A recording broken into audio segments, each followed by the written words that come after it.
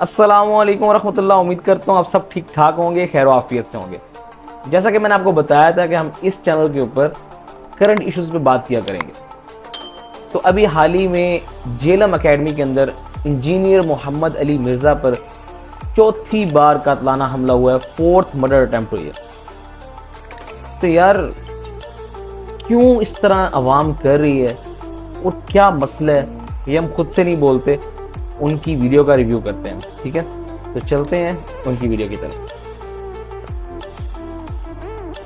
اچھا, یہ تینوں مرڈر اٹیمپٹس جو ہے نا جی, ان کی سی سی ٹی وی کیمرے کی ویڈیوز ریکارڈڈ ہے, پلس ایف آئی آرز تو ہیں ہی ہیں. تینوں کا قانونی معاملہ اپنی جگہ موجود ہے. اس کے باوجود جو لوگ اتنے شوق سے آتے ہیں, سو کالڈ عاشقان فرقہ, یہ عاشقان فرقہ ہے, اس وقت ان کی تحریریں پڑھیں تو میں پھانسی کے پھندے کو چوم لوں گا.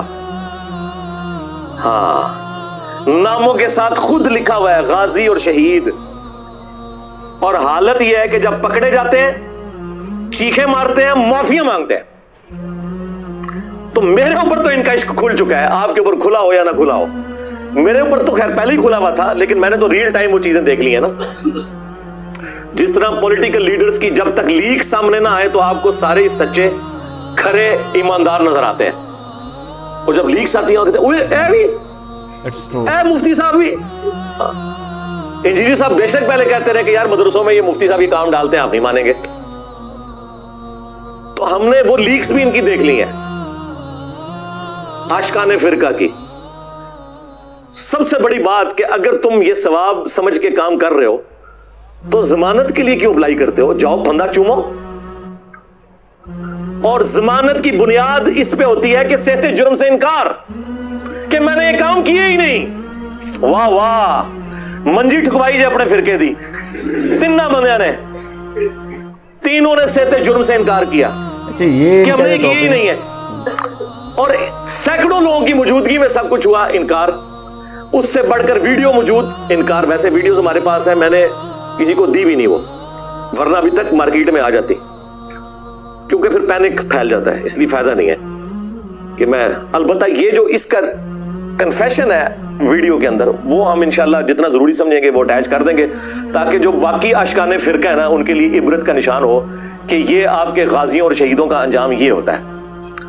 ابھی تو میں آپ کو نام لیے بغیر بتاتا ہوں کہ پاکستان بننے سے لے کر ابھی تک جتنے غازی شہید ہیں نا ان کے, آپ کو پتا چل گیا میں کن کی بات کروں.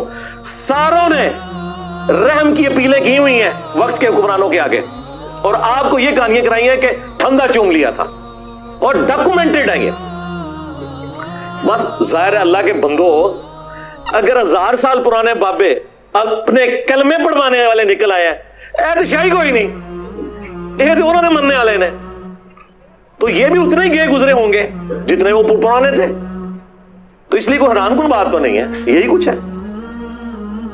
تو ان عاشقان فرقہ کی اوقات ٹوٹلی یہ ہوتی ہے کہ جب پکڑے جاتے ہیں پھر معافیوں پر, منتوں پہ اور صحت جرم سے انکار کرنے پر اتر آتے ہیں. اس کے بعد مجھے بتائیں یہ کیا, اس سے اندازہ لگا لیں کہ یہ علمی طور پر کتنے قائل ہیں اس حوالے سے کہ وہ اپنے فرقے کو حق میں سمجھتے ہیں, ایک جذبات کی روح میں بہتے ہیں, اور اس کے بعد ایک ایکٹیویٹی پرفارم کرتے ہیں, پھر پوری زندگی کے لیے اپنے آپ کو, اپنے گھر والوں کو, جن مولویوں نے لانچ کیا ہوتا ہے ان کو ونریبل کر دیتے ہیں. ان مولویوں نے پھر ان کے بعد ان کے ساتھ تعلق بھی نہیں رکھنا ہوتا, کیونکہ اگر وہ ہینڈلرز اور سہولت کار پکڑے گئے تو پھر تو ایک پوری چین شروع ہو جائے گی, لہٰذا وہ ان کے ساتھ انکار کر دیتے ہیں. یہی کچھ ہونا ہے آخرت میں بھی, یہ ہونا ہے. بزرگوں نے آپ سے اعلان برات کرنا ہے اور آپ نے بزرگوں سے اعلان برات کر دینا ہے. بہتر یہ ہے کہ اس دن سے پہلے اپنے سارے بزرگوں سے اعلان برات کر کے اس شخص کے ساتھ اپنی نسبت جوڑ لیں جس کی قبر مدینے میں ہے, صلی اللہ علیہ وآلہ وسلم. اللہم صلی علی محمد وعلی آل محمد واصحاب محمد وازواج محمد اجمعین الی یوم الدین. ایسا کیوں یار, سیریسلی کہ ایک انسان کے اوپر چوتھے دفعہ قاتلانہ حملہ ہو رہا ہے, اور وہ بھی مسلمان. یار ہم نان مسلم کو کیا امیج دے رہے ہیں, اپنے اسلام کی کیا امیج دے رہے ہیں کہ ہم دلائل سے کسی کا رد نہیں کر سکتے, ہم ٹیبل ٹاک کر کے بات کر کے اس کا دلائل کا رد نہیں کر سکتے. اگر وہ آپ کے کاغذوں میں سامنے نہیں بیٹھ رہا, بہت سے لوگ کہتے ہیں, کیونکہ میں بھی انجینئر صاحب کے سٹیٹس وغیرہ لگاتا رہتا ہوں, تو مجھے میرے دوست کہتے ہیں وہ تم اس کے سٹیٹس لگاتے ہو, سامنے تو بیٹھتا ہی نہیں ہے. یار اگر وہ سامنے نہیں بیٹھتے, انہوں نے آپ کی کتابوں میں سے جو چیزیں نکالی ہیں, آپ اس کا رد, علمی رد کر سکتے ہو. آپ بھی یوٹیوب کے اوپر ویڈیوز چڑھا سکتے ہو اس کے رد کے اوپر کہ یہ اس طرح نہیں ہے, اس طرح ہے, ٹھیک ہے. لیکن یہ کیا طریقہ ہوا کہ ایک بندہ اٹھ کے جائے یا کسی بندے کا برین واش کرے اور وہ جا کے اس کو قتل کرنے کی کوشش کرے؟ تو یہ ہم کیسی امیج دے رہے ہیں کہ مسلمان کو, یار اب بھی ہمیں اپنے اخلاق سے جیتنا تھا, ہمیں دوسروں کا دل, نان مسلمز کا دل اپنے اخلاق کے ساتھ جیتنا تھا. ہم اپنوں کے ساتھ کیا کہہ رہے ہیں؟ علمی اختلاف جو ہے اس کو علمی رکھنا چاہیے, ٹھیک ہے, اس کو دشمنی نہیں بنا لینا چاہیے. آگے سنتے ہیں. جو ہمارے مدارس کے اندر جس قسم کی تعلیمات پڑھائی جاتی ہیں, اللہ ماشاء اللہ اچھے بھی ہیں, لیکن زیادہ تر جذباتیت ہی سکھائی جاتی ہے.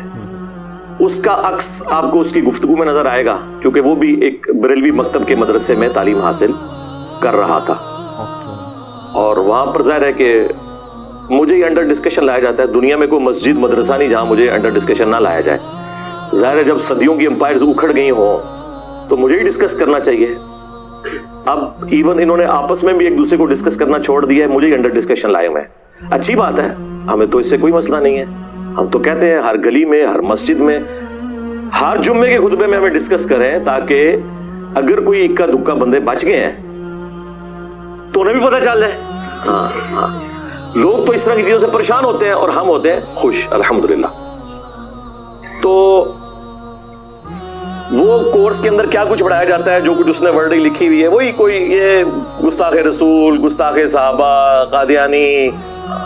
بریلویت ون لائن ڈیفینیشن یہ ہے کہ ہمارے سوا پلانٹ ارتھ پہ جتنے لوگ ہیں وہ گستاخ رسول ہیں, چاہے وہ امام کعبہ ہو, چاہے مسجد نبوی کا امام ہو, ٹھیک ہے, چاہے کوئی زندہ بزرگ ہو, چاہے مرا ہوا بزرگ ہو, چاہے وہ 1400 سال پرانا کوئی بندہ ہو, ہمارے سوا سب کے سب گستاخ رسول ہیں. یہ ان کا ایک مین سلوگن ہے. اور باقی مکاتب فکر میں بھی اپنی اپنی کمزوریاں ہیں, لیکن چونکہ اب اسپیسیفکلی یہ تینوں کے تینوں اٹیمپٹس جو ہیں وہ بریلوی مکتب کی طرف سے ہوئے ہیں, تو اس لیے ان کو انڈر ڈسکشن تو لایا جائے گا کہ ان کی تعلیمات میں کہیں اس طرح کا معاملہ اس لیول کا خراب ہوا ہے کہ اسے انہیں ریوزٹ کرنے کی, ریویو کرنے کی ضرورت ہے کہ وہ کیا تعلیمات سکھا رہے ہیں. جاوید احمد غامدی صاحب نے کون سا ایسا کام کیا ہے کہ وہ باہر کے ملک میں بیٹھے ہوئے ہیں؟ نہ ان کے انداز کے ساتھ کسی کو ایشو ہے, نہ ان کے ٹاپکس کے ساتھ کسی کو ایشو ہے, لیکن پھر بھی آپ دیکھ لیں انہیں کتنی دھمکیاں ملی, الٹیمیٹلی انہیں باہر جا کے بیٹھنا پڑا.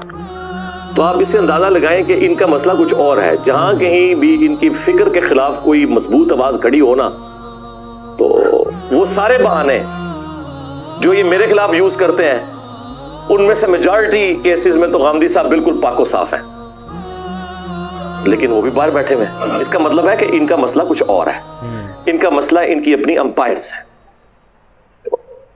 اس طرح کی تحریریں لکھوانا سٹوڈنٹس کو اور انہیں موٹیویٹ کرنا کہ تم اس طرح کی ایکٹیویٹیز پرفارم کرو, یہ ان لوگوں کی شکست کا اعلان ہے کہ ہمارے پاس علمی دلائل تو ختم ہو گئے ہیں, ہمارے پلے کوئی شے نہیں رہی ہے, لہٰذا اب ہم نے ایکسٹرا جوڈیشل ایکٹیویٹی پرفارم کر کے اب یہیں پہ وہی بات ہے نا کہ بندے کو, آگے والے بندے کو, آپ خود سوچو کہ آگے والے بندے کو یہ بات کرنے کا موقع ملتا ہے کہ آگے والوں کے پاس دلائل نہیں رہے, اس لیے وہ اس طرح کی ایکٹیویٹی پرفارم کر رہے ہیں. جب آپ اس طرح کے کام کرو گے تو آپ کا کوئی نام نہیں ہوگا دنیا پہ. میں آپ کو بتا رہا ہوں, آج کل وہ دور چلا گیا ہے بھائی. اب لوگ تھنک آؤٹ آف باکس کرتے ہیں, لوگ سوچتے ہیں, لوگ دیکھتے ہیں, لوگوں کے اندر شعور ہے, ٹھیک ہے.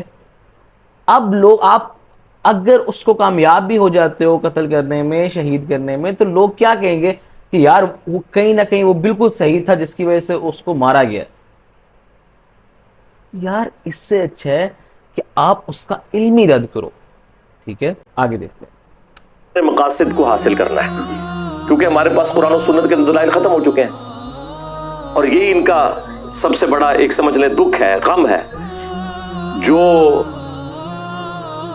قیامت کی صبح تک ان کے ساتھ رہے گا, ان کی قبر تک ان کا پیچھا کرے گا کہ ہمارے سارے بزرگ کیسے غلط نکل آئے.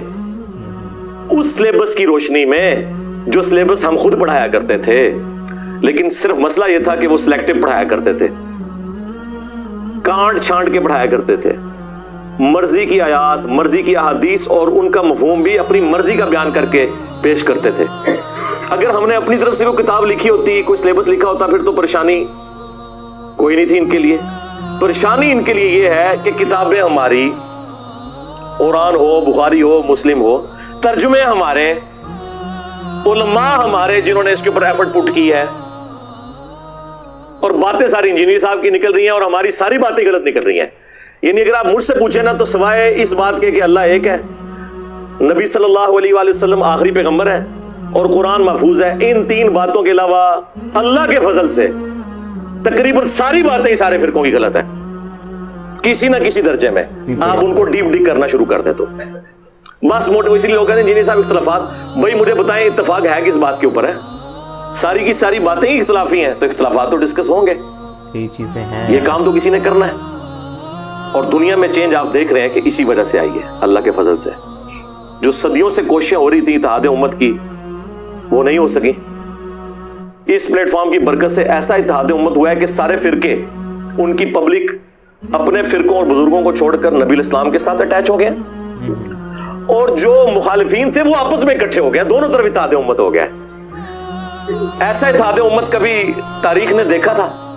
کبھی بھی نہیں. تو یہ اللہ تعالیٰ کی بڑی خاص کرم نوازی ہے اس حوالے سے, اس میں ہم اللہ ہی کا شکر ادا کرتے ہیں. سبحان اللہ والحمد للہ ولا الہ الا اللہ واللہ اکبر ولا حول ولا قوة الا باللہ العلی العظیم. اللہم صلی علی محمد وعلی آل محمد. آمین. تمام فرقے آپس کے اختلافات کو چھوڑ کر میرے خلاف کلپ بنا رہے ہیں. چلیں ہم اس کلپ کو درست بھی سمجھ لیتے ہیں اگر آپ کوئی علمی رد کرتے ہیں, چھوٹے چھوٹی کلپنیاں کاٹتے ہیں اور ان کا مفہوم وہ بیان کرتے ہیں جو وہ بیان کر کے اپنی عوام کو اکسا سکتے ہیں. تو آپ کیا سمجھتے ہیں اس سے میں ڈر جاؤں گا؟ نا چھڑ دو. آلے تک نہیں تو پتا لگا, جتنا منو چونڈی ماری جائے میں اتنا ہی لمبا پا لیا تو پھر کیا نو. ہاں سیدھی سی بات ہے. اور جس طرح ہمارے ایک پولیٹیکل لیڈر کہتے ہیں نا کہ میں نے تو سیدھا جو ہے ہینڈلرز کے بارے میں بات کرنی ہے, تو یہ بھی آپ یاد رکھیں, میرے ساتھ جو پنگا لے گا نا تو میں نے تمہارے بزرگوں کے بارے میں بات کرنی ہے. تمہیں کوئی شاید سمجھتے ہی نہیں ہو, تم لوگوں کی تو اوقات ہی کوئی نہیں ہے, تمہارے چھوٹے ہوئے لوگوں کی کوئی اوقات نہیں ہے. میں پوڑ کے رکھ چڑھنے جے پچھو لے کے آگے تک سارے اور پوڑ دیتے ہیں. دیکھ لو یہاں سب کو نیگیٹو تعارف ہوتا ہے, اور جس نے تعارف کروایا ہوتا ہے اس کو چھوڑ جاتے ہیں, اور جس کے بارے میں کروایا ہوتا ہے اس کے ساتھ اٹیچ ہو جاتے ہیں. مجھے بتائیں یہ سچائی نہیں تو اور کیا ہے؟ اور کیا ہے؟ میں نے کہا ان کے خرچے اٹھائے ہوئے ہیں, یا میرے ساتھ اٹیچ ہو کے تو ان کی بڑی پذیرائی ہونی ہے. ماں باپ کو اپنے خلاف کرتے ہیں, رشتہ داروں کو اپنے خلاف کرتے ہیں, مسجد کے مولویوں کو اپنے خلاف کر لیتے ہیں, لیکن راستہ نہیں چھوڑتے. الحمدللہ, اللہ کا شکر ہے, یہ سچائی کی طاقت ہے. تو میں نے اس کے اوپر کافی غور و تفکر کیا. ظاہر سب سے بہتر تو میں خود سمجھ سکتا ہوں نا کہ میری کون سی ایسی خوبیاں ہیں جو ان کے لیے مصیبت بنی ہوئی ہیں. تو وہ تو درجنوں باتیں گنوائی جا سکتی ہیں, لیکن اگر اسے سم اپ کیا جائے نا تو میں نے وہ مینلی 3 چیزیں ڈھونڈی ہیں, ان کے اوپر میں انشاءاللہ مختصر گفتگو کروں گا, تاکہ جن لوگوں کو ابھی تک نہیں پتا کہ انجینئر صاحب نے کون سی مصیبت ان کے لیے کھڑی کر دی ہے انہیں پتا چل جائے. پہلی جو آپ سمجھ لیں میرا مقدس جرم ہے کہ میں تمام مسلمان فرقوں کو مسلمان سمجھتا ہوں. یہ سب سے بڑا میرا جرم ہے, اس لیے کہ یہ نہیں سمجھتے. اب اس کے اوپر میں تفصیلی گفتگو بعد میں کروں گا.